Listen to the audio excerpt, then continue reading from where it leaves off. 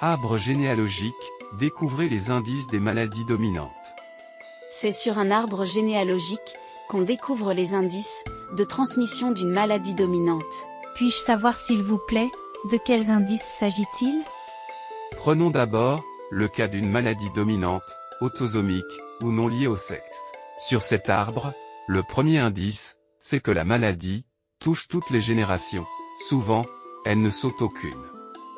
Le deuxième indice, tout malade ou toute malade, a au moins l'un des parents malades. La présence d'une fille saine, issue d'un couple malade, est un troisième indice d'une maladie dominante autosomique. Ici c'est le cas de la fille de 2, issue de parents malades.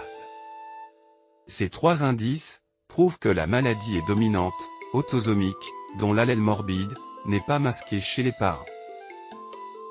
Abordons maintenant le cas d'une maladie dominante gonosomique, ou liée au sexe, qui se transmet par le chromosome sexuel X.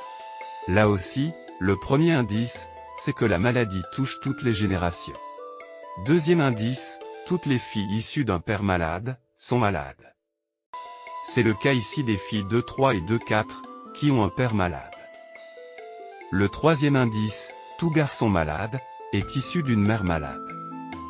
Sur cet arbre, le garçon 3-6 malade a reçu l'allèle morbide de sa mère 2-4.